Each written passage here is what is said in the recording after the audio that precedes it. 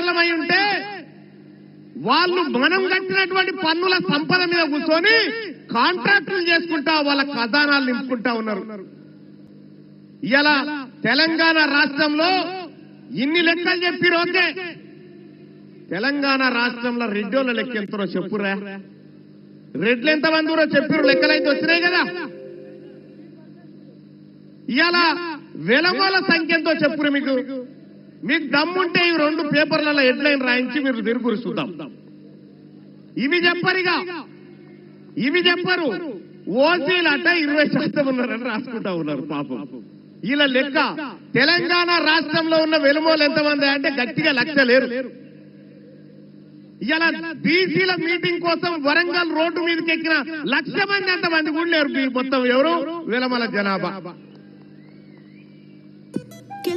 వాళ్ళు 13 మంది ఎమ్మెల్యేలా. ఇలా మా సుందర్ రాజన్న చెప్తా ఉన్నాడు 14 లక్షల మంది. వాళ్ళు ఓటర్లు కాదు, మొత్తం జనాభానే గంత. ఓటర్లు ఇంకా తక్కువ ఉన్నారు. పిడికేడు మంది లేరు, పిడికేడు మంది లేరు. వాళ్ళు 60 మంది ఎమ్మెల్యేలై అసెంబ్లీలలో చట్టసభలలో కూర్చుంటే ఈ బీసీల బతుకులు మార్చడానికి వాళ్ళు నిర్ణయాలు తీసుకుంటారా? మీరు ఒక్కసారి ఆలోచన చేయండి. తీసుకోరు. ఇలా బీసీల చేతుల్లో భూములు లేవు, బీసీల చేతుల్లో అధికారం లేదు, బీసీల చేతుల్లో ఆర్థిక వనరులు లేవు. మొత్తం ఉన్నదంతా వాళ్ళ చేతుల్లో ఉన్నది. కానీ బీసీ ప్రజలారా గుర్తు పెట్టుకోండి, నిన్నటి దాకా ఒక లెక్క, ఇయాల్టి నుంచి ఇంకొక లెక్క. నిన్నటి దాకా ఒక లెక్క. ఈ బీసీలలోంచి ఎవడు అడిగేటోడు లేడనుకున్నారు. ఈ బీసీలకు ఇట్లనే 4 రోజులు ఉద్యమాలు చేసిపోతారనుకున్నారు. కానీ గుర్తు పెట్టుకోండి, ఇవాళ బీసీ సమాజానికి, తెలంగాణ రాష్ట్ర బీసీ ప్రజలకు మీ బిడ్డ టీన్మార్ మల్లన్న ఖడ్గం పట్టుకొని ఉన్నాడు. ఒక్క అనా పైసా పోయినా ఊరుకునేటువంటి ప్రసక్తే లేదు. చూడలే మొన్న చట్టసభలో చూడలే, నేను అధికార పార్టీలో ఉండి కూడా మొన్న ఇప్పుడే చెప్పిన 1,20,000 కోట్ల రూపాయలు మనం జమ చేస్తున్నామని. నేను మొన్న మండల్లో మాట్లాడినా, ఎంత ఇస్తున్నారా బడ్జెట్ల బీసీల కంటే 9,000 కోట్లు. 1,20,000 కోట్లు తీసుకొని 9,000 కోట్ల రూపాయలు మనకిస్తారట. అంటే ఎవరి సొమ్ముతో ఎవడు బతుకున్నానా? ఎవరి సొమ్ముతో ఎవడు బతుకుడు?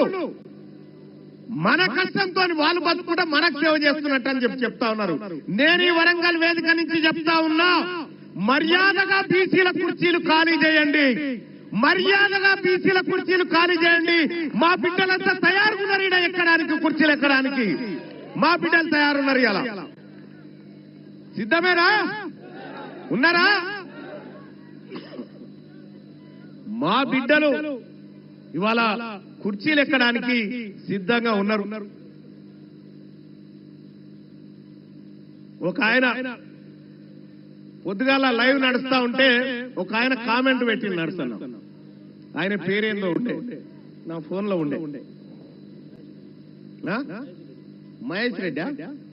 మహేశ్వర్ రెడ్డి అని ఒక ఆయన కామెంట్ పెట్టింది. ఏంటంటే బీసీలంతా మా ఉత్సదాగాలరా అని పెట్టిందన్న. చూస్తారా కామెంట్? ఇక చూడరు, బీసీలంతానట రెడ్ల ఉత్సదాగాల, మా ఉత్సదాగాలరా అని చెప్పి అలా కామెంట్ పెడతా ఉంటే, ఇంకా ఏం సోపది మీకు మాకు? జరా ఈ కెమెరా ఏదైతే ఉందో ఇది జూమ్ చేయండి వాయిస్. ఈ లైవ్ స్క్రీన్ల మీద కనిపించేటువంటి కెమెరా ఇక చూడండి. మహేష్ రెడ్డి అట బీసీలు ఎప్పుడు మా ఉత్సదాగాల్సిందే అని చెప్పి, బీసీల మంట వాళ్ళ ఉత్సదాగన్నట.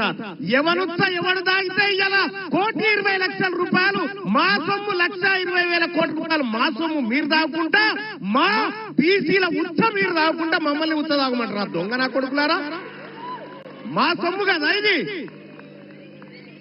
మా సొమ్ము దాగుకుంటా మమ్మల్ని. బీసీలకు ఇలా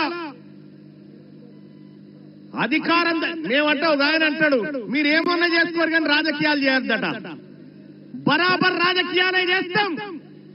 మా బిడ్డ శ్రీకాంతాచారి ఆత్మ బలిదానం చేస్తే ఆ శవంకాడ కాపుకున్న దొంగలు మీరు ఇలా మా బీసీల గురించి మాట్లాడతారా? మా బిడ్డకు చేసిన న్యాయం ఏంది ఒక్కసారి నేను అడుగుతా ఉన్నా. ఏ లెక్కకు